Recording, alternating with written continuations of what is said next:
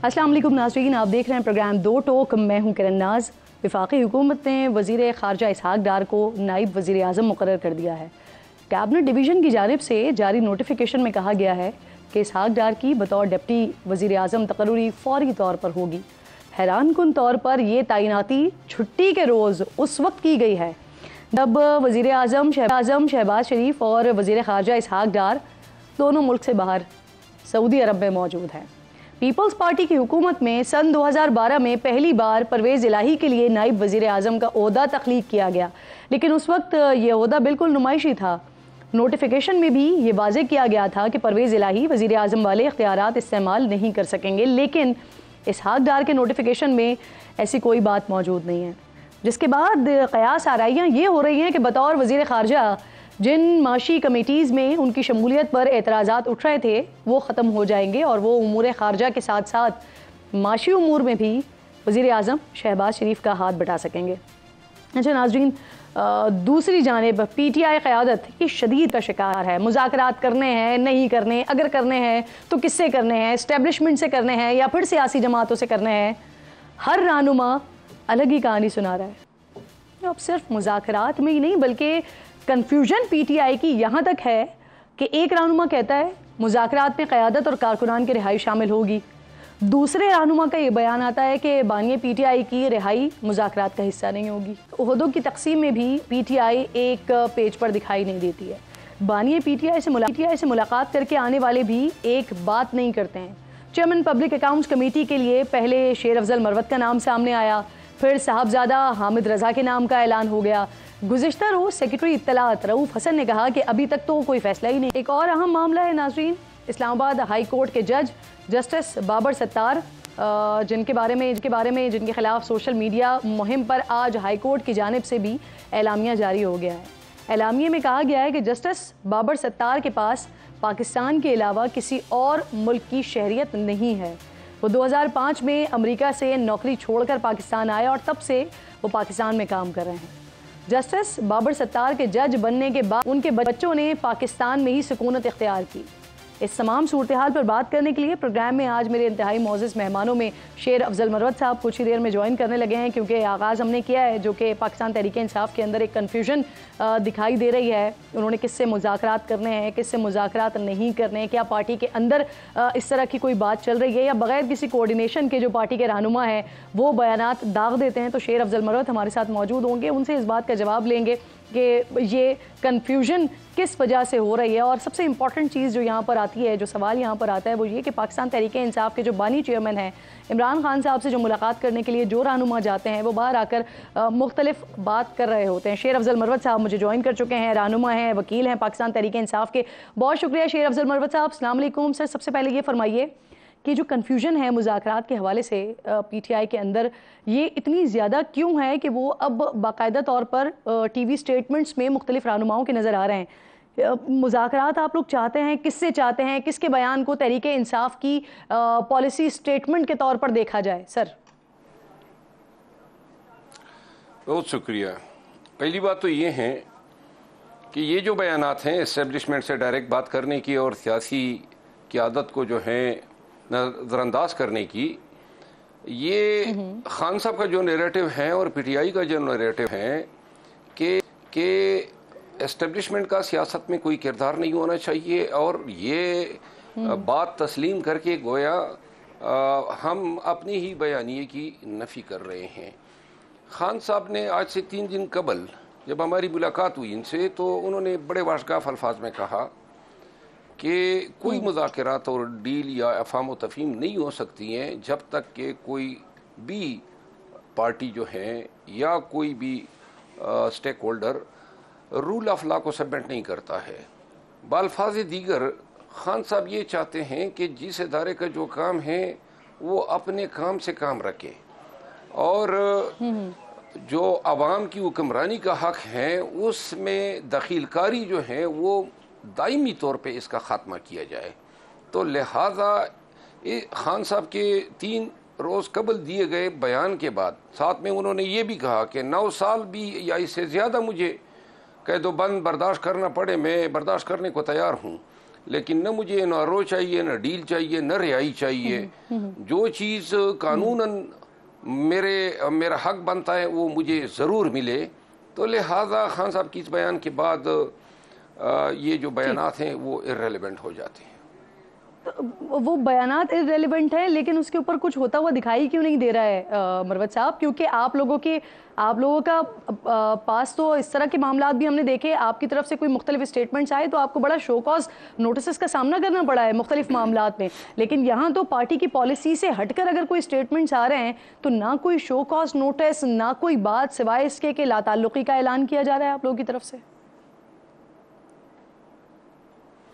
नहीं, अभी ये बयानात आने के बाद ये चूँकि पार्टी में सारी पेशरफ्त जो हैं और इस किस्म के तमाम मामलात खान साहब के नोटिस में लाए जाते हैं, फिर उनकी हिदायत की रोशनी में पार्टी जो है वो अमल करती हैं। तो लिहाजा कल हमारी मुलाकात है खान साहब से और कल उनके नोटिस में लाएंगे, फिर जो वो मुनासिब समझेंगे उसी के मुताबिक अमल दरामद होगा। सही, यानी खान साहब की मंजूरी का या उनकी हिदायत का इंतज़ार किया जा रहा है कि आप लोगों ने आगे शो कॉज करना भी है या नहीं करना। सर ये बताएं कि मुज़ाकरात के लिए अगर बात मुज़ाकरात की हो रही है, जी जी जी जी जी जी एक चीज़ मैं वजाहत कर दूं, आप ये शोकाज की बात पे मैंने नहीं कहा है कि हम अपनी क़यादत को कोई शोकाज जारी करेंगे। ये बयान दिया गया है, बयान की वजाहत जो रेलेवेंट लीडर साहिबान कर रहे हैं वो यही है कि वो कहते हैं कि ये तो प्रॉक्सी बेटे हैं, सियासी क़यादत जो हैं, तो इन्होंने खुद हमारे साथ किसी भी बातचीत की परमिशन जो है वो एस्टेब्लिशमेंट की तरफ देखना है। तो शेर अफजल साहब यही मैं कह रही हूँ कि जो शहरियार आफरीदी साहब ने बयान दिया कि हमें किससे मुज़ाकरात करने हैं, वो आप लोग खान साहब की उसमें नॉलेज में लेकर आएंगे और फिर उसके बाद उनकी हिदायत पर अमल होगा कि उनको शो कॉज करना है या नहीं करना। ये बात कर रही हूँ मैं। नहीं, मैं ये अर्ज करूंगा क्योंकि ऑब्वियसली पार्टी पॉलिसी से अलग बयान दिया ना उन्होंने। खान साहब को नहीं, रऊफ हसन साहब ने बयान दिया है वो भी थोड़ा मिलता जुलता है, अगर आप उसके बयान को देख लें। शिबली फराज साहब ने बयान दिया है वो भी कुछ ये अफाम तफहीम की बात है उसमें। इसमें मैंने शोकास की बात नहीं की है, मैंने ये अर्ज किया है कि खान साहब से उनकी राय हम जानना चाहेंगे कि आया इस सूरत हाल में जब पूरा मीडिया जो है इस नैरेटिव पे बात कर रहा है तो हमें क्या मुकम्मल इस चीज़ को रद्द करना चाहिए और वाज़े तौर पे बता देना चाहिए कि कोई बातचीत जो है वो एस्टेब्लिशमेंट से न करना चाहते हैं, या फिर खान साहब जिस तरह हिदायत करेंगे उसी तरह दो टोक मौक़िफ़ के साथ पार्टी जो है वो इस पे अपना एलामिया जारी करेगी। और मरवत साहब, मुज़ाकरात में इमरान खान की रिहाई शर्त होगी आप लोगों की तरफ से या नहीं, इसको भी ज़रा क्लियर कर दीजिएगा, चाहे वो सियासी क़यादत से हो रही हो, चाहे अस्करी क़यादत से मीटिंग्स हो रही हो। मुज़ाकरात के लिए कोई रिलीफ मांगना ये हमारे किसी भी इनिशिएटिव का हिस्सा नहीं होगा। ना हमें खान की रिहाई जो है वो हुकूमत से मांगनी है और ना हम इसके तालिब एस्टेब्लिशमेंट से हैं।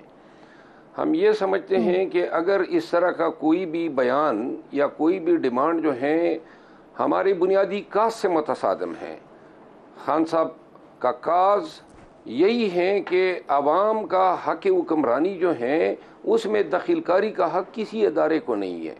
तो लिहाजा अगर हम निज़ाम अदल से वाबस्ता रिलीफ जो है वो अपने डायलॉग में मांगना शुरू करें, तो जो हमारा कानून की हुक्मरानी का बयानिया है जिसमें हम चाहते हैं कि हर इदारा अपने आइन के मुताबिक अपने दायरा अख्तियार के अंदर रहते हुए अपने फ़राइज़ सर अंजाम दे, और खान साहब के लिए अगर यही मुतालबा करना था तो 8 महीने कबल हम करते, 8 महीने कबल करते। अच्छा, अब मुझे ये बताइए उनके मरवत साहब, आपने बताया था सर कि चेयरमैन पब्लिक अकाउंट्स कमेटी के लिए आपको नामजद किया है खान साहब ने, लेकिन कल आप ही की जमात के रऊफ हसन साहब वो कह रहे हैं कि चेयरमैन के लिए आपके नाम की तैनाती पर, मतलब आप पर कोई अभी तक हतमी फैसला नहीं हुआ है। फिर आज उमर अयूब साहब ने कहा कि शेर अफजल मरवत ही चेयरमैन पब्लिक अकाउंट्स कमेटी होंगे।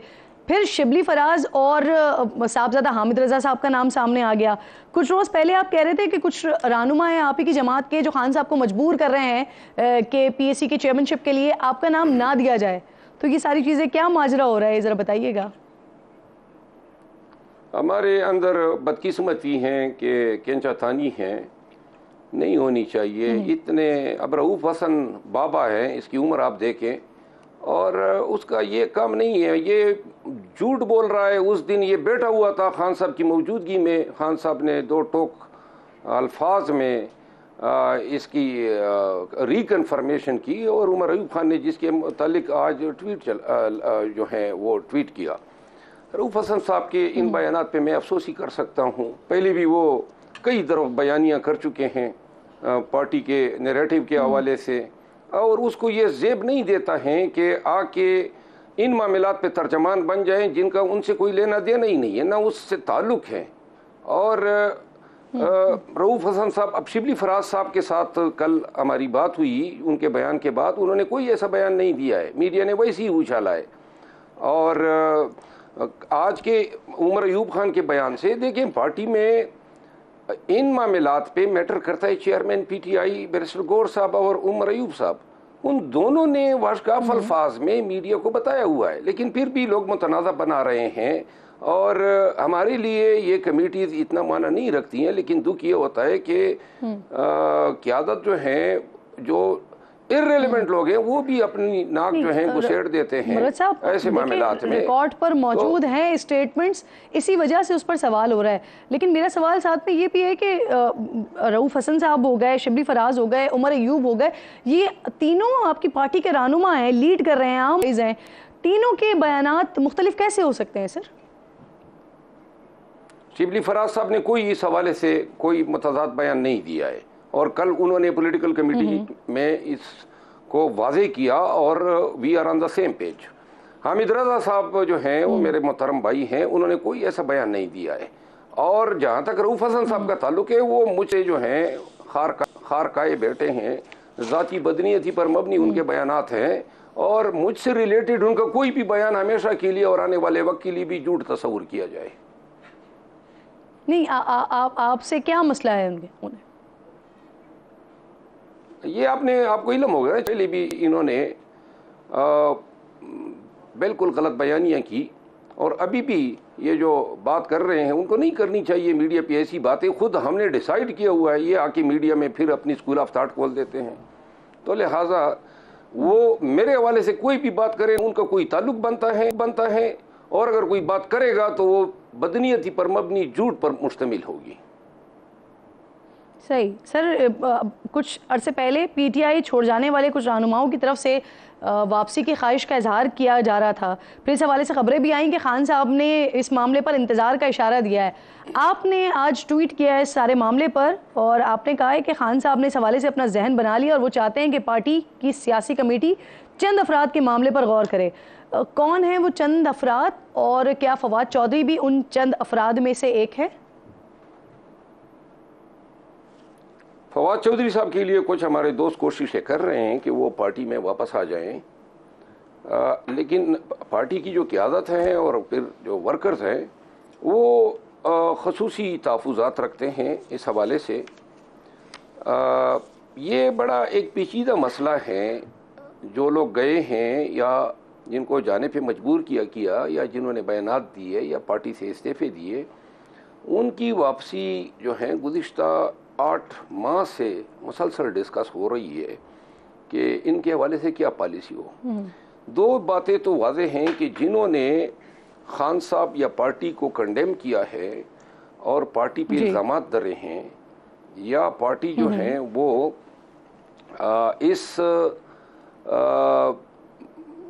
इस अमर के तहत उन्होंने रिज़ाइन किया है कि पार्टी पे इल्ज़ाम तराशी किए, उन लोगों का कोई वापसी का इम्कान नहीं है। इनमें से कोई शख्स आ ही नहीं सकता है, क्योंकि पूरी क़यादत सेम पेज पे है इस हवाले से। लेकिन मुझे बताइएगा कि जिन चंद अफराद का आप तस्करा कर रहे हैं मरवत साहब, उनसे मीटिंग्स करने के लिए कोई कमेटी वगैरह बनाई है, और अगर बनाई गई है तो किन लोगों पर मुश्तमिल है? आप भी हिस्सा है उसका? जी, पॉलिटिकल कमेटी जो है ये पाकिस्तान तहरीक इंसाफ के तमाम जितने भी इश्यूज हैं इसकी फाइनल अथॉरिटी जो है वो पॉलिटिकल कमेटी है, जो सुप्रीम कमेटी है, और जिसके फैसले जो हैं वो खान साहब रिकमेंड करते हैं कि इन इश्यूज पे फैसले लिए जाएं, तो ये फैसला भी पॉलिटिकल कमेटी करेगी कि क्या बेंचमार्क रखें या स्टैंडर्ड रखें। 4 लोग जो हैं इसमें अवान साहब हैं, उनका जिक्र जो है खान साहब ने बड़े ही नरम अल्फाज में किया है, और इसके अली नवाज अवान साहब, इसके अलावा जो है मलाइका का किसी ज़माने में खान साहब ने बड़ा अच्छा जिक्र किया था, इसी तरह शेरी मज़ारी साहिबा का और उस्मान डार साहब का। अगर हम इन तमाम के पीटीआई के यानी फवाद चौधरी साहब शामिल नहीं है, उनकी वीडियो, मलिका बुखारी हैं, अली नवाज अवान है, शेरी मज़ारी साहिबा है और उस्मान डार साहब हैं, लेकिन फवाद चौधरी नहीं है इस लिस्ट में, इन 4 लोगों में। ऑब्वियसली ये मुख्तलिफ अवकात में इन लोगों के नाम आए और इन हवाले इनके मुतालिक खान साहब जो हैं एक नरम गोशा रखते रहे हैं, लेकिन इसको आदमी न समझा जाए क्योंकि ये डिसाइड, लेकिन वापसी के रोशन इम्कानात हैं पार्टी के अंदर। जो बेंचमार्क बनेगा, जो यार्ड स्टिक होंगे वो होंगे बड़े सख्त, क्योंकि वर्कर बेसिकली नहीं चाहते हैं कि जिन लोगों ने इब्तिदा में पार्टी को छोड़ के वर्करों का हौसला तोड़ा और वो रास्ता बना लिया दीगरान के लिए जिन्होंने बाद में पार्टी छोड़ी, पार्टी वर्कर्स ये समझते हैं और शायद क़यादत भी अब ये समझती हैं कि इन लोगों को वापसी का रास्ता आसानी से न दिया जाए। सही। अच्छा, अब थोड़ा सा आगे बढ़ते हैं। आज एक बड़ी अहम तकर्री हुई है, इसहाक डार साहब जो हैं वो डिप्टी प्राइम मिनिस्टर मुकर्रर हो गए हैं। कैसे देख रहे हैं आप इस फैसले को? पीटीआई कैसे देख रही है? मेरा ख्याल है कि जो आप अभी हमारे बयानात का और इंतशार के हवाले से बात कर रही थी, हर सियासी पार्टी में इख्तिलाफात होते हैं, लेकिन नून जो हैं वो कुछ ज़्यादा ही इंतशार का शिकार हैं। 2 दिन कबल पंजाब चैप्टर ने, जिसके राना सनाउल्लाह साहब सदर हैं, उन्होंने एलामिया जारी किया कि हम चाहते हैं कि वापस सदर PMLN जो हैं वो नवाज शरीफ साहब को बनाया जाए, और लाजिमन इसकी ज़रूरत इसलिए पड़ी कि वो किसी को ये मैसेज देना चाहते थे कि जो प्राइम मिनिस्टर यानी कि डिफेक्टिव प्राइम मिनिस्टर मियां शहबाज शरीफ साहब और उनके बड़े भाई के दरमियान या दोनों से वाबस्ता पार्टी के अंदर जो दड़े हैं वो अपनी अथॉरिटी एजर्ट कर रहे हैं, और इसको प्रीएम्प्ट किया परसों के एलामिये से। फिर आज इतवार का दिन था, शहबाज शरीफ साहब पाकिस्तान में थे ही नहीं, क्या ऐसी अर्जेंसी पड़ गई कि उनको इतवार के दिन ही नोटिफिकेशन जारी करना पड़ा, और डिप्टी प्राइम मिनिस्टर का कोई ओहदा आइन में है ही नहीं। इससे ज़्यादा असर यही पड़ना है कि उनको जो प्रोटोकॉल दिया जाएगा बैरूनी ममालिक में वो वज़ीर ख़ारजा से कुछ बढ़कर होगा। बाकी उनके पास कोई ऐसे इख्तियारात खसूसी नहीं होंगे, लेकिन शायद उनको लाने का मकसद यही था कि मियां नवाज शरीफ साहब के हिमायत याफ्ता दड़े को काबीना में मुस्तहकम करना है। ठीक। अच्छा, अब मुझे आखिर में ज़रा ये बताइएगा मरवत साहब, ऑडियो लीक्स केस में 4 इदारों की तरफ से बशमूल पैमरा, PTA, FIA और IB, इन्होंने इस्लामाबाद हाई कोर्ट के जज जस्टिस बाबर सत्तार से मुतालिक दरख्वास्त की है कि वो केस से अलहदा हो जाएं, और सोशल मीडिया पर एक मुहिम भी चल रही है बाकायदा तौर पर। बुशरा बीबी भी ऑब्वियसली इस केस में फ़रीक हैं, क्या समझते हैं आप, उन्हें अलग हो जाना चाहिए केस से, जस्टिस बाबर सत्तार को?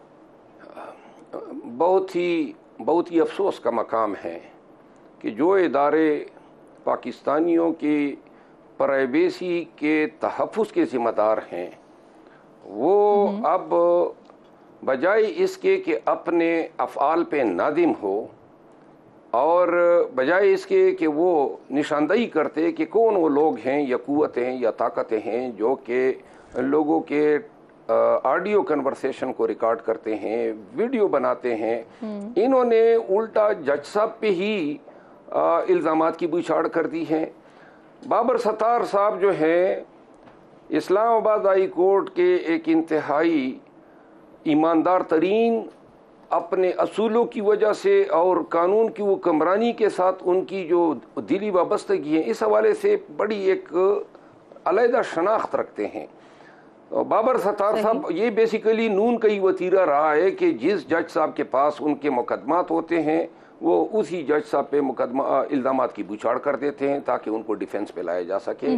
आप देख लें माजी में इन्होंने बंदियाल साहब के साथ, एजाजुल हसन साहब के साथ और नकवी साहब के साथ और लाहौर हाई कोर्ट के चंद जज साहिबान के साथ, तो ये उनकी एक स्ट्रेटजी है, ये उन्हीं की स्ट्रेटजी के तहत इन इदारों ने दिया है। मैं ये समझता हूँ कि सरकारी इदारों का किसी जज पे अदम एतमाद का इस बुनियाद पे कोई हक नहीं है कि चूंकि वो जज साहब बात को मंतकी अंजाम तक पहुंचाता है, जिस तरह डीसी इस्लामाबाद के केस में किया, और शायद उनको खदशात आपका पॉइंट ऑफ व्यू आ गया इस पर। बहुत बहुत शुक्रिया आपका। प्रोग्राम में आप साथ मौजूद थे। ब्रेक लीजिए नाजरीन, ब्रेक के बाद वापस आते हैं।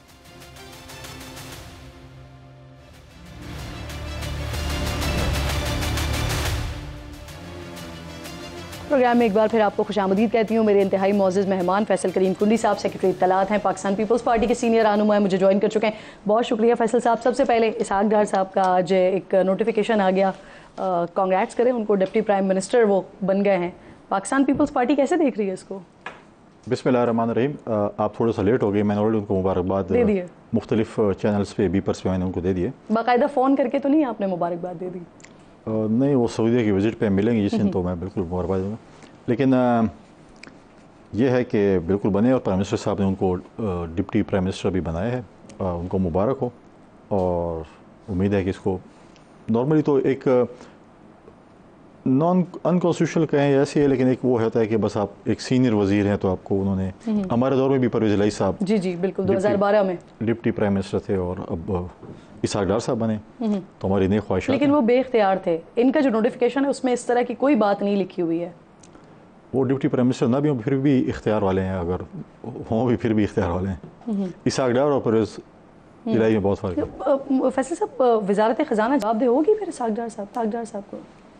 डिपेंड करता है। देखें, नॉर्मली तो जो TORs कहें या जो भी डिप्टी प्राइम मिनिस्टर के, वो एज सच इसमें कोई ऐसी चीज़ नहीं है जिसमें कौन किसका जवाब दे होगा क्या नहीं होगा। हाँ, अगर कोई ऐसी चीज़ें प्राइम मिनिस्टर एक सर्कुलर इशू करते हैं और वो ये कहते हैं कि ये मिनिस्ट्रियाँ या ये जो है वो उसका लुक आफ्टर होगा या उसके जवाब दे होंगे, तो डेफिनेटली फिर जवाब दे होंगे।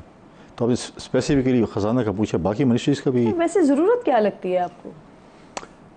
देखिए, तो इंफॉर्मेशन मिनिस्टर साहब वापस आ जाएं सऊदीया से या प्राइम मिनिस्टर साहब आ जाएं, तो लेकिन उन्होंने सोच समझ के चीज़ की होगी, तो उन्होंने टीम अपनी बनाई है, शायद उसमें उन्होंने एडिशन इस चीज़ की है, उनको इस चीज़ की ज़रूरत होगी तो उन्होंने किया होगा। अच्छा फैसला, इस तकर्री का ताल्लुक किसी को कोई मैसेज कन्वे करने तो नहीं है? I don't think so. अच्छा, शहबाज शरीफ साहब कमज़ोर होंगे इससे? नहीं, शहबाज शरीफ साहब ने अपनी मजबूती के लिए उनको डिप्टी प्राइम मिनिस्टर बनाया, मैं समझूँ। अच्छा जी सर, आपके दौर में परवेज़ इलाही साहब को जब नायब वज़ीर आज़म बनाया गया था, ये अलामती तौर पर ओहदा था, आइन में इस ओहदे का कोई गुंजाइश नहीं है, और ये भी पहली बार हो रहा है कि सेनेट से कोई सेनेटर उठाकर उसको जो है वो नायब वज़ीर आज़म का ये मर्तबा दिया जा रहा है। आइन में नहीं है कहीं गुंजाइश इसकी? आइन में डिप्टी प्राइम मिनिस्टर की कोई शिक नहीं है। हमारे दौर में भी हमने उस वक्त जो है उसको परवेज़ इलाही साहब को बनाया था, इन्होंने भी इस वक्त बनाया। उसमें मैं वही कह रहा था कि उसमें कोई मजबूरी थी ना? कोई मजबूरी नहीं थी। देखें, कोई मजबूरी किसी की नहीं थी। देखें, आज भी मुझे किसी मीडिया वाले सवाल किया कि जो एक पार्टी के सरबराह थे इसलिए आपने, तो ऐसे तो बाकी और पार्टियों के सरबराह भी मुख्तलिफ औकात में इत्तेहादी रहे हैं। आज भी अगर आप देखें तो हुकूमत की इत्तेहादी MQM भी है और IPP भी है, तो उनके भी सरबराह जाए कि हमें भी बनाया, तो ऐसे नहीं है। मैं समझता हूँ कि उन्होंने बनाया है। पहले मैंने कहा है कि अब देखते हैं कि उनको क्या चार्जेस, क्या जिम्मेवारियाँ एडिशनल देते हैं। वरना डिप्टी प्राइम मिनिस्टर का ओहदा उनके साथ आया है तो वो फॉरेन मिनिस्टर ही जी। अब उसके एडिशनल जो भी उनको जिम्मेवारियाँ मिलती हैं तो पता चलेगा। अच्छा, आप मौजूदा हुकूमत के अहम इत्तेहादी हैं, हुकूमत में कैबिनेट का हिस्सा आप लोग नहीं है, लेकिन उसके बावजूद भी आप लोग हुकूमत का हिस्सा हैं, हुकूमत में शामिल तो हैं। नून लीग ने जब ये डिसीजन लिया इसहाक डार साहब के हवाले से, तो क्या आपको एतमाद में लिया गया, पीपल्स पार्टी को एतमाद में लिया गया? डेफिनेटली हमारी पार्टी लीडरशिप को, अब मैं तो नहीं कहता कि हमारी CC या हम सबको एतमाद मिला होगा, लीडरशिप पे उन्होंने डिस्कस किया होगा, और हमें हमारी लीडरशिप को कोई इस पर एतराज़ नहीं है कि इसहाक डार साहब अगर वो डिप्टी प्राइम मिनिस्टर बने हैं। वज़ीर आज़म साहब ने अपनी काबीना बनाई है। किया होगा या किया है? नहीं देखिए, नॉर्मली हम जो है वो अब आप उसमें निकालेंगे जी नहीं किया और हमने बड़े जो है ना ब्रेकिंग न्यूज़ चलानी है। जो चीज़ें भी होती हैं नॉर्मली हमारी एक दूसरे के साथ डिस्कशन के साथ होती है। और क्योंकि उनकी कैबिनेट है, हम कैबिनेट का हिस्सा भी नहीं है। चलिए उसको ऐसे आसान कर लेते हैं, नायब वज़ीर आज़म के लिए पाकिस्तान पीपल्स पार्टी को एतमाद में लिया गया। आपकी जो मर्जी आप कह दें, आप हाँ या ना कह दें, हम लड़ने वाले नहीं हैं। सही है ठीक। अच्छा ये बताइए कि पीपल्स पार्टी की तरफ से बड़ा वाज़ेह स्टेटमेंट आप कई बार कह चुके हैं, आपकी पार्टी की तरफ से कई बार ये स्टेटमेंट आ रहे हैं कि ये हमारा उसूली फ़ैसला हो गया है कि हमने कैबिनेट का हिस्सा नहीं बनना। अभी कोई इम्कान है बिलावल साहब के पास वज़ारत ख़ारजा आ जाए? देखें, पाकिस्तान पीपल्स पार्टी की सीसी ने यह फैसला किया था कि हिस्सा नहीं बनेंगे। मुख्तलिफ औकात में मीडिया पे सुनने में आता है कि हमें दावत दे दी गई है, हम कोई बैकडोर बातचीत भी कर रहे हैं, हमें नहीं पता होता लेकिन हमें पता चल रहा था कि, लेकिन ऐसी कोई चीज़ नहीं है। जब भी पाकिस्तान पीपल्स पार्टी कोई फैसला करेगी काबीना में वापस आने का, तो पाकिस्तान पीपल्स पार्टी की सीसी वो फैसला करेगी कि हमने वापस आना है या नहीं। पॉलिटिक्स में कोई हरफ आखिर नहीं होता, लेकिन इस वक्त जब मैं आपसे आज बात कर रहा हूँ, हमारा कोई इरादा नहीं है कैबिनेट में आने का। कल का कोई पता नहीं है, फ्यूचर का कोई पता नहीं है। 10:30 बजे तक कोई इरादा नहीं है। मैं भी आज कह दूं कि नहीं है या है तो आप महीने बाद जो है ना वो टक टक टक चला दीजिए, आपने तो ये कहा था, अब ये हो गया था। तो आप इसलिए हिफ्ज़े मातकद्दुम के तहत कह रहे हैं कि अगर अगली दफ़ा हो, जब हो तो फिर आप कहें कि देखिए मैंने ये भी साथ नहीं, पॉलिटिक्स में कोई हरफ आखिर नहीं है। और अगर कोई ऐसी चीज़ होगी तो पीपल्स पार्टी की सेंट्रल एग्जीक्यूटिव कमेटी इसका फैसला करेगी कि हमने क्या करना। सही। आपने अभी बैकडोर राब्तों की बात की, तो एक और जमात पाकिस्तान तहरीक इंसाफ, उनकी तरफ से बड़े इस तरह के मुख्तलिफ स्टेटमेंट्स आ रहे हैं, मुज़ाकरात होने हैं, किससे होने हैं, किससे नहीं हो रहे हैं। वो क्या रहा है फैसला साहब? कोई कोशिशें वगैरह हो रही हैं बैकडोर राब्तों की? पहले तो उनसे पूछें, क्योंकि वो एक कह रहा है कि है, दूसरा कह रहा है नहीं है, तीसरा कहता है, चौथा कंफ्यूजन बहुत है, बहुत कंफ्यूजन। लेकिन ये बड़ा अफसोसनाक अमर है कि मैंने एक उनके फॉर्मर फेडरल मिनिस्टर की स्टेटमेंट सुनी कि हमने सिर्फ DGSI और आर्मी चीफ से बात की, शहरियार आफरीदी साहब, और खान साहब जो है कॉल के इंतज़ार में हैं। खान साहब पहले भी 4.5 साल डोनाल्ड ट्रंप और जो है मोदी के कॉल के इंतज़ार में थे और उसकी भी मिस कॉल नहीं आई। तो मुझे नहीं लगता कि ये सहूलत भी इनको मुयसर हो, मतलूबा से मेरे ख्याल में मुयसर नहीं है। लेकिन बड़े अफसोसनाक का हमारे जमहूरियत की बातें करने वाली जमात आज खुद कहती है कि इस्टेब्लिशमेंट को या फौज को पॉलिटिक्स में आना चाहिए जी। हम कहते हैं कि हमें अपने मसाइल खुद हल करने चाहिए, हर किसी को अपने जुरिस्डिक्शन में काम करना चाहिए। आप खुद धकेल रहे हैं कि आए हमें दोबारा बिठाएं, यही चाहते हैं ना। जैसे पहले इनके ऊपर शेर अफजल मरवत साहब आपसे पहले मौजूद थे, वो कह रहे हैं कि पाकिस्तान तहरीक इंसाफ का नैरेटिव यही है कि इदारे जो हैं वो पॉलिटिक्स में ना हो, तो इससे तो सबोताज हो जाएगा। पहले आप मेहरबानी करके अगले प्रोग्राम में आपसे PTI का कोई भी अहम शख्स है, उनसे बोलें कि आपकी जो है वो एथेंटिक फ्रेंचाइज कौन सी वाली है, जिसकी बात हम वो कहें तो माने। अब यहाँ पर प्रॉब्लम ये है कि वो जब खान साहब के पास जाते हैं उनको मुख्तलिफ सीटें थमा देते हैं कि बाहर जाके ये बयान देने आपने, और जो बाहर आते हैं वो आपस में लड़ जाते हैं। अगर वो लड़ेंगे नहीं तो खान साहब को सलाम कौन करेगा, जेल कौन जाएगा उनसे मिलने के लिए? रोज़ाना लड़ाई होती है तो रोज़ाना पहुँच जाते हैं ना। खान साहब कहते हैं ऐसा ना हो कि सब इकट्ठे और मुझे भूल जाएँ, तो लिहाजा उनको लड़ना है तो खान साहब के जो है वो सलाम करने, अगर वो नहीं लड़ेंगे तो खान साहब को सलाम कौन करेगा? फैसल साहब, आपने अभी 1-2 दिन पहले एक और बात भी कही, जब अली अमीन गड्डापुर साहब ने कहा कि इस्लामाबाद पे कब्जे की उन्होंने बात की, तो आपने कहा कि 9 मई की तरह का एक और मंसूबा बनाया जा रहा है इस्लामाबाद पे कब्जे के हवाले से। तो ये आपने इंफॉर्मेशन की बुनियाद पर ये बात की है या आपका ये पॉलिटिकल एनालिसिस है? देखें, 9 मई हुआ था, इन्होंने किया, मैं पूरी जमात को तो नहीं कह सकता, इनमें कुछ लोग शामिल थे जिनमें हुआ, और उसमें जो ख़ास कमेटी कहें या जो उनकी एक जो भी कहें कोर ग्रुप था, उसमें अली अमीन साहब भी मौजूद थे और बाकी लोग भी थे। 9 मई किया, आज दोबारा वो कहते हैं मैंने ट्वीट किया था और मुझे गिरफ्तार किया, अब तो मैं वज़ीर आला और मैं आके जो है इस्लामाबाद पे धावा बोलूँगा, जेल ब्रेक करूँगा, खान को उठा के ले जाऊँगा। जेल ब्रेक हो गई ना। तो लिहाजा ये चीज़ें जो है, ये जो जब बातें करे वज़ीर आला, हम पीपल्स पार्टी समझते हैं कि अगर कोई भी एहतजाज हो, पुरअमन हो, उसका हक होना चाहिए, लेकिन ये पुरअमन एहतजाज नहीं करना चाहते। इनके जो है ये अब कह रहे हैं कि अब प्रॉब्लम में एक बयान देता है 3 पीछे आ जाते हैं, नहीं इस शेर की तशरीह ऐसे करें आप, जैसे होते ना वो हम स्कूल में पढ़ते थे कॉलेज में, कहते हैं नहीं वो कह ये रहा था लेकिन इसका मतलब ये है। लिहाजा अगर आप इस किस्म के काम करेंगे, इसलिए आप आएंगे अपनी मर्जी से, फिर जाएंगे वफाकी हुकूमत की मर्जी से, क्योंकि जब ये काम करेंगे तो फिर आप पाकिस्तान के स्टेट को चैलेंज कर रहे हैं, पाकिस्तान की हुकूमत को चैलेंज कर रहे हैं। जब आप चैलेंज करेंगे तो उसको सजा आपको भुगतनी पड़ेगी। आप आज देखें, कल उनके अपने हल्के में एक जज अगवा हो चुका है जी। उससे एक दिन पहले लकी सीमेंट फैक्ट्री पे हमला होता है, उससे पहले 8 हमारे जो है कस्टम इंटेलिजेंस के लोग शहीद होते हैं, रोज़ाना की बेस पे चीज़ होते हैं। आज आपको बताऊँ कि मैं एक चीज़ मुझे अभी मैंने देखा है, एक बहुत ही प्राइवेट चैनल के एक एंकर कह रहे हैं कि उन्होंने एक सिक्योरिटी मीटिंग में अली अमीन साहब ने कहा कि मैं भी भत्ता देता हूँ, अपनी फसल उठाने के लिए मुझे भत्ता देना पड़ता है। अगर इस और वो कहते हैं कि इनके साथ डायलॉग करें, जो लोग मेरे फ़ौज के, पुलिस के, सिविलियन के, हमारे जो हैं उनको शहीद कर रहे हैं, ये कहते हैं उनसे आप उनको करने दें काम, आप उनसे बातचीत करें। 2-3 दिन पहले सेनेटर इरफान सिद्दीकी साहब ने एक ओपिनियन दिया था, पाकिस्तान तहरीक इंसाफ से कहा था कि आप जब बाकी लोगों से मुज़ाकरात कर सकते हैं, बैठ सकते हैं, तो आए हमारे साथ टेबल पर बैठें। पीपल्स पार्टी कैसे देखती है उनको? गो कि आप लोगों ने पहले मुज़ाकरात की दावत दी थी, पहले हाथ मिलाने की दावत। मैं नहीं समझता कि ये एक ऐसी जमात, तो मैं नहीं कहूँगा ऐसे लोग हैं जिनके साथ मुज़ाकरात मेरे ख्याल में नहीं हो सकते। ये ऐसी जो है, आप जितना भी कहेंगे जी मुज़ाकरात करें, वो कहते जाके मिलिटेंट से मुज़ाकरात करें। पहले अपने मिलिटेंट्स को आबाद किया, आपने कहा कि ये पुरअमन रहेंगे, आज उन्होंने हथियार उठा लिए और मेरे लोगों को शहीद कर रहे हैं, फिर भी आप कहते हैं इनके साथ मुज़ाकरात करें, इनके साथ लड़े नहीं। तो ये चीज़ आपने सुबह बर्बाद कर दी है। इस वक्त सुबह में जो सूरत है खैबर पख्तूनख्वा में, आप शाम के बाद मुझे कोई ज़िला बता दें, एक ज़िला बता दें जिसमें आप ओपनली फ्रीली मूवमेंट कर सकते हैं। आप समझते नहीं होने चाहिए अभी? आप रैंडमली कल सुबह फ़ोन उठा लें, किसी भी डिस्ट्रिक्ट के डीपीओ को फ़ोन कर लें, कल मैंने शाम को ज़िले में आना है, अगर वो आपको क्लियरनेस दे दे, फिर आप मुझे कह दें कि मुझे क्लियरेंस मिल गया, मैं जा रही हूँ। सही सर, आगे बढ़ते हैं थोड़ा सा। जस्टिस बाबर सत्तार के हवाले से जो सोशल मीडिया पर प्रोपेगेंडा हो रहा है, अब हुकूमत क्यों खामोश है इस सारे मामले पर? देखिए, पहली बात तो यह है कि नॉर्मली जैसे भी ट्विटर पे भी बड़ी, ट्विटर या एक्स कहें जिस पे पाबंदी लगी, ये भी नहीं होनी चाहिए, लेकिन हम ये चाहते हैं, हुकूमत को ये चाहिए कि बिल्कुल इसको ड्राफ्ट करना चाहिए। सोशल मीडिया को जो है इसको थोड़ा सा चैनलाइज करें या उनके ऊपर कोई उनके कवानीन आना चाहिए, क्योंकि आपका सोशल मीडिया इतना ओपन टूल है कि जिसकी मर्ज़ी जिस वक्त चाहे आपको जो है किसी को भी माँ बहन की गालें भी निकाल दे, किसी को जो कुछ भी कर ले वो कर ले, उनके लिए सब कुछ आज़ाद है जी।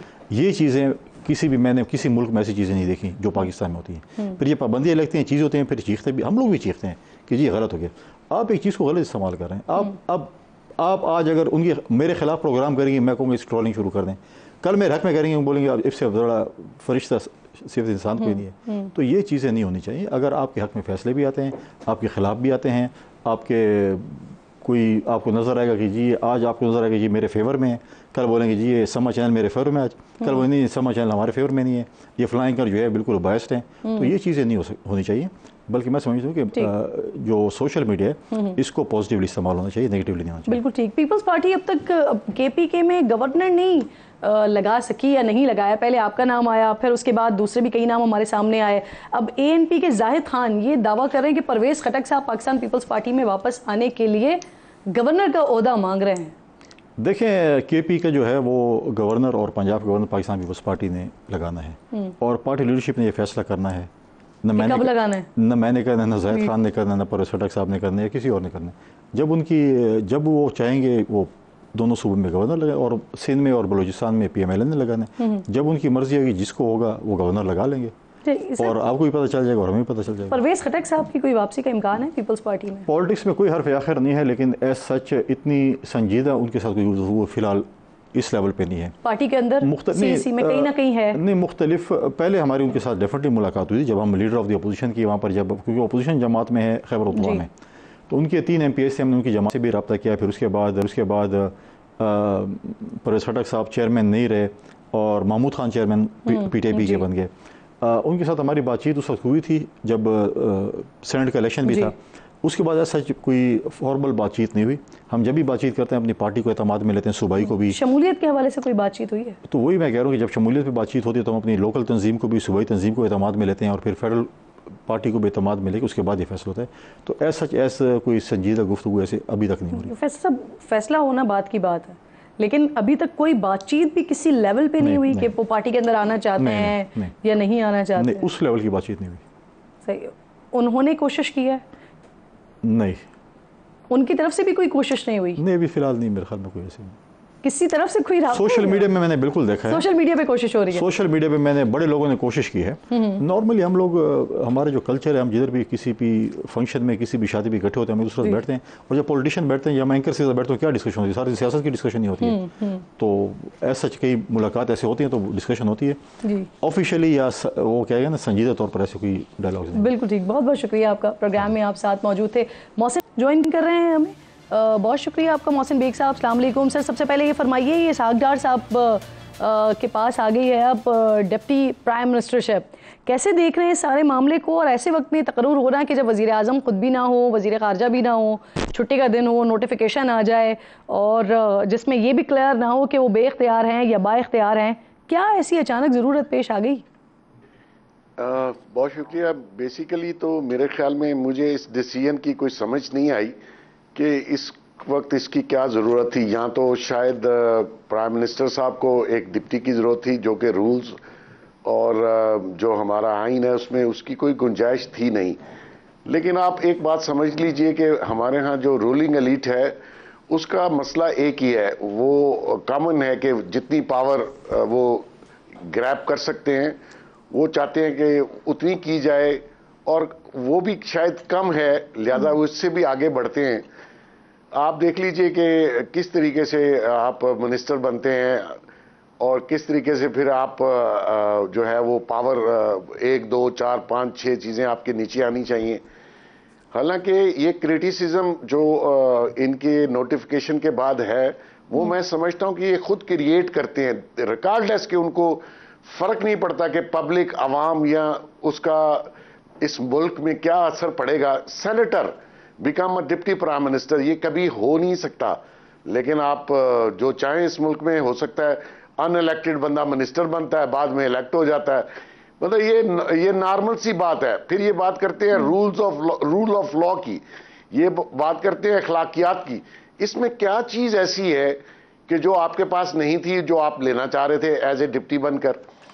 मतलब आप देखिए कि हमारे यहाँ जो हायरार्की है फेडरल गवर्नमेंट की, उसके यहाँ 2 मिनिस्टर बड़े इंपॉर्टेंट होते हैं, foreign minister and finance minister. तो आप हमेशा फाइनेंस मिनिस्टर रहे, आप तब भी act as a deputy prime minister ही कर रहे थे। अभी आप वो नहीं बने, लेकिन आपने काउंसिल ऑफ कॉमन इंटरेस्ट पकड़ ली, फलां पकड़ लिया। आप नहीं चाहते कि कोई भी फाइनेंस मिनिस्टर, मतलब मिफ्ता इस्माइल इनकी पार्टी का था, उसको नहीं चलने दिया गया। अभी जो नए साहब आए मैं तो नहीं जानता, लेकिन शायद उनको भी ये होगा कि अगर ये शख्स कामयाब होता है तो नेचुरली डार साहब की शायद जगह ना हो। तो यहाँ नेपोटिज्म, ये फैमिली बिजनेस, या ये कोई इतना बड़ा मुल्क जो न्यूक्लियर पावर हो और उसमें इस किस्म के काम हो रहे हो और फिर हम कहेंगे रिजल्ट अच्छे आएंगे और सब अच्छे की रिपोर्ट है, ये कैसे हो सकता है? तो मेरी समझ से बाहर है, इसकी जरूरत नहीं थी, आपने क्यों किया इसको? मोहसिन बेग साहब, सर पीपल्स पार्टी के बारे में ये खबरें थी कि वो हुकूमत में जिस वक्त तश्कील हो रही थी उस वक्त तो उसका हिस्सा नहीं होगी, लेकिन आगे चलकर कैबिनेट में शामिल होगी। और इनफैक्ट ये भी हुआ कि अभी फैसल करीम कुंडी साहब भी साथ मौजूद थे, उनसे भी मैंने ये बात की तो उन्होंने भी कहा कि अभी तक मैं ये बात आपको नहीं कह सकता, अभी तक हमारा फैसला यही है कि हम हुकूमत का हिस्सा नहीं बन रहे। लेकिन आपके पास क्योंकि अंदर की खबरें होती हैं सर, क्या ऐसी कोई पॉसिबिलिटी तो नहीं है कि इसहाक डार साहब को इसलिए नायब वज़ीर आज़म बनाया गया है कि बिलावल साहब के लिए वजारत खारजा जो है वो फिर वैकेंट की जाए? नहीं, देखें, डिप्टी प्राइम मिनिस्टर के पास 1-2 मिनिस्ट्रियां तो होंगी, ऐसा तो नहीं है कि वो खाली डिप्टी प्राइम मिनिस्टर और नीचे कुछ ना हो। तो पावर कॉरिडोर्स में 2 या 3 मिनिस्ट्रियां ये मेरे ख्याल में इनके अंडर अब आ जाएंगी। और पीपल्स पार्टी का ज्वाइन ना करना हुकूमत को, वो उनका एक इंटरनल मसला था, and they are very comfortable peoples party वाले। उन्होंने जो पोजीशंस ली, और इस इलेक्शन के बाद अगर कोई बेनिफिशरी है इस इलेक्शन का तो सबसे बड़े बेनिफिशरी वो पीपल्स पार्टी है। तो ऐसी सूरत में मेरा नहीं ख्याल कि फॉरेन मिनिस्ट्री उनके लिए खाली की जाएगी। फॉरेन मिनिस्ट्री तो डार साहब के पास ही रहेगी। अब देखना सिर्फ ये है कि इस मकसद के पीछे जो इंटरनल नून लीग के अंदर जो भी मसाइल होंगे उसका सामने आना आहिस्ता आहिस्ता मेरे ख्याल में नजर आएगा कि नवाज शरीफ साहब जो है वो खुद सदारत लेना चाहते हैं। वो पंजाब में मरियम नवाज साहिबा को बड़ा फाल देखना चाहते हैं, वो उनकी हेल्प भी कर रहे हैं। तो आने वाले दिनों में वो शायद नवाज शरीफ साहब ये चाहें कि जो उनके फेवरेट लोग हैं वो भी फेडरल गवर्नमेंट में उतने ही पैरेलल पावरफुल हों जितने के प्राइम मिनिस्टर साहब हैं। बेग साहब, 2012 में जब परवेज इलाही साहब को नायब वज़ीर आज़म बनाया गया था तो नून लीग ने खासी तनकीद की थी, और उस वक्त जो वज़ीर क़ानून थे पंजाब के राना सनाउल्लाह साहब, वो कह रहे थे कि इस ओहदे की आइन में कोई गुंजाइश नहीं है और इसके लिए आइन में बाकायदा टेलरिंग की गई है। देखिए, मेरे ख्याल में राना सनाउल्लाह साहब से अगर आप पूछ लें तो वो आज भी इसकी मुखालफत ही करेंगे, क्योंकि उस वक्त जो अरेंजमेंट पीपल्स पार्टी के साथ काफ लीग का हुआ तो वो एक इलेक्टेड एमएनए थे। सेनेटर को आप डिप्टी प्राइम मिनिस्टर बनाएं तो ये अजूबा है जो पहली बार हुआ है, और ये भी एक नया रास्ता खुल गया है। तो आज भी राणा साहब यही कहेंगे आपको कि इसकी गुंजाइश नहीं है। देखिए, अगर तो आप आइन और कानून और उस रूल्स ऑफ लॉ की बात करें और फिर ऐसे काम करें और फिर आप कहें कि हम पे क्रिटिसिज्म नहीं होना चाहिए, तो बताइए, हम मुल्क छोड़ देते हैं, हम चले जाते हैं कहीं, मतलब हम बात करना छोड़ देते हैं, लिखना छोड़ देते हैं। आप बता दें हम करें क्या? कोई एक काम आप सीधा नहीं करते। जब आप कोई काम सीधा नहीं करते और आप चाहते हैं रिजल्ट अच्छे आ जाए, वो कैसे हो सकता है? ये कानून कुदरत है। आप अच्छा काम करेंगे तो अच्छा रिजल्ट आएगा, इस तरह अच्छा रिजल्ट आएगा। सही। अच्छा, पीपल्स पार्टी ने जब बेग साहब 2012 में नायब वज़ीर आज़म बनाया था परवेज़ इलाही साहब को, तो उस वक्त जो उनका नोटिफिकेशन था उसमें बड़ा वाज़ेह था कि कोई इख्तियार एक्सरसाइज नहीं कर सकेंगे वो वज़ीर आज़म का। लेकिन आज जो नोटिफिकेशन है उसमें इस तरह की कोई बात मौजूद नहीं है। अब क्योंकि आइन में एक ओहदा है नहीं, तो इस वजह से उसके इख्तियारात के हवाले से भी कुछ नहीं है। आप क्या होता देख रहे हैं? देखें, वो करना, अब बात वही है, मकसद ये है कि आप जो चाहें मेरी सरकार करे। वो अभी भी हर चीज़ में इन्वॉल्व हैं। इसहाक डार साहब, वो एक छोटी सी चीज़, कमेटीज़ या छोटी सी कोई चीज़ हो तो उसमें भी वो अपना हिस्सा डाल लेते हैं। वो इस वक्त सेनेट में उनके पार्लिमानी लीडर भी हैं, वो मुख्तलिफ कमेटियों के हेड भी हैं, वो फॉरेन मिनिस्टर भी हैं, फिर आज वो डिप्टी प्राइम मिनिस्टर भी बन गए हैं। तो ये वो एक हमारे यहाँ रेडियो में प्रोग्राम लगता था, जमहूर की आवाज़, तो वो कहता था कोई अनहोनी हो जाए तो कहता था वटा कंट्री। तो इट इज़ अ वटा कंट्री, मतलब हम इसको रियासत पाकिस्तान बना ही नहीं सके। सही, और इसको आगे कैसे लेके जाएंगे इस अवाम और इस नौजवान, ये एक बड़ा सवाल होगा। बहुत बहुत शुक्रिया आपका मोहसिन बेग साहब, प्रोग्राम में आप साथ मौजूद थे। आखिर में नाजरीन बात करेंगे, अप्रैल का महीना ये अपने इख्तिताम को है और मुल्क में बेवक्त की बारिशों का सिलसिला वक्फे से जारी है। महकमा मौसमियात ने कई इलाकों में मजीद बारिशों की पेशगोई की है। महकमा मौसमियात के मुताबिक रवा साल अप्रैल में होने वाली बारिशें 30 साल के मुकाबले में 99% ज़्यादा हैं। महकमा मौसमियात कहता है कि मौसमियाती तब्दीली इस गैर यकीनी मौसम और मामूल से ज़्यादा बारिशों की बड़ी वजह है। बिन मौसम की इन बरसातों ने मुल्क के मुख्तलिफ इलाकों में बड़े पैमाने पर जानी और माली नुकसान भी किया है। NDMA के मुताबिक सिर्फ अप्रैल में बारिशों के दौरान 65 से ज़ायद अफराद अपनी हैं। दूसरी तरफ महकमा मौसमियात ने बताया है कि हालिया बारिशों के नतीजे में 29 अप्रैल तक बलूचिस्तान, खैबर पख्तूनख्वा, गलियात और गिलगित बल्तिस्तान के बाज़ इलाकों में लैंड स्लाइडिंग और सैलाबी सूरत हाल का खदशा है।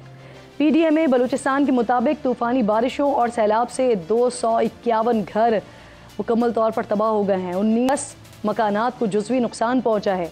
बलूचिस्तान में सैलाबी सूरत हाल से 4 पुल और 14 सड़कें, सैलाबी रैलों की वजह से 62 एकड़ पर फसलों को भी नुकसान पहुँचा है। हालिया बारिशों की सूरत हाल बड़ी तशवीशनाक है। इंडिपेंडेंट उर्दू के मुताबिक मौसमियाती उमूर के एक माहिर ने बताया है कि ग्लोबल वार्मिंग की वजह से समंदरों की सतह पर दर्जा हरारत में इजाफा हुआ है, जिसके नतीजे में बादलों में पानी के बुखारात की तादाद बहुत ज़्यादा हो जाती है और जैसे ही बादलों को साजगार दर्जा हरारत मिलता है तो ये भरपूर बारिश बरसाते हैं। साथ ही उन्होंने ये भी बताया है कि 2022 के सैलाब के बाद से बारिशों की औसत में बेपनाह इजाफा रिकॉर्ड किया गया है। इस खदशे का भी इजहार किया गया है कि अगर बारिशों की यही सूरत हाल जारी रही और शहरी आबादियाँ भी इसी तेज़ी से बढ़ती रहीं और जंगलात कटते रहे तो फिर आने वाले वक्त में जुड़वा शहरों, चकवाल और डेरा गाजी खान को भी सैलाबी सूरत हाल का सामना करना पड़ सकता है। पाकिस्तान मौसमियाती तब्दीली के हवाले से छठा गैर महफूज मुल्क है। पानी की किल्लत, कम ज़रई पैदावार, सैलाब, जंगलात का रकबा कम होना, मानसून निज़ाम में तब्दीलियाँ, ग्लेशियर्स का तेज़ी से पिघलना मौसमियाती तब्दीली के फौरी असरात होते हैं। पाकिस्तान के पास ग्लेशियर्स की सूरत में दुनिया भर में बर्फ़ के तीसरे बड़े ज़खायर हैं, लेकिन बढ़ती हुई ग्लोबल वार्मिंग की वजह से पाकिस्तान में गर्मी की शिद्दत इसमें मुसलसल इजाफा हो रहा है। बढ़ता हुआ दर्जा हरारत बहिरा अरब को गर्मा रहा है और इसके साथ साथ ग्लेशियर्स के पिघलने की वजह से भी पाकिस्तान के लिए मसाइल की संगीनी में इजाफा हो रहा है। 2022 में पाकिस्तान में मानसून बारिशों के नतीजे में आने वाले सैलाब ने बड़ी तबाही मचाई थी और मुल्क का 1/3 हिस्सा डूब गया था। इस वक्त हुकूमत ने बताया था कि मुल्क में मानसून के दौरान मामूल से 87% ज़्यादा बारिशें हुई हैं। जनवरी 2024 की अक़वाम मुत्तहिदा की रिपोर्ट के मुताबिक 16 लाख अफराद अब भी मदद के मुंतज़िर हैं और 13 लाख लोग अभी भी बेघर हैं। यही रिपोर्ट बताती है कि सैलाब के 1.5 साल बाद भी सिंध और बलूचिस्तान में तकरीबन 40 लाख बच्चों को साफ पानी तक नहीं मिल रहा है। इस साल अप्रैल में गैर मुतवक्के बारिशों से जो सूरत हाल सामने आ रही है, उसे देख कर आने में मानसून के हवाले से खदशात मजीद बढ़ गए हैं। माजी के तजर्बात से हमें लाजमी सीखने की ज़रूरत है। हुकूमतों को सियासी और माशी मामलात की तरह मौसमियाती तब्दीली के हवाले से भी संजीदा इक़दाम करना होंगे ताकि मुतवक्के ख़तरात से बचा जा सके। प्रोग्राम का वक्त ख़त्म हो गया। इंशाअल्लाह जुमे को आपसे मुलाकात होगी। अपना और अपने मुल्क का ख़ास ख्याल रखिए और फ़लस्तीन को अपनी दुआओं में याद रखिए। अल्लाह निगहबान।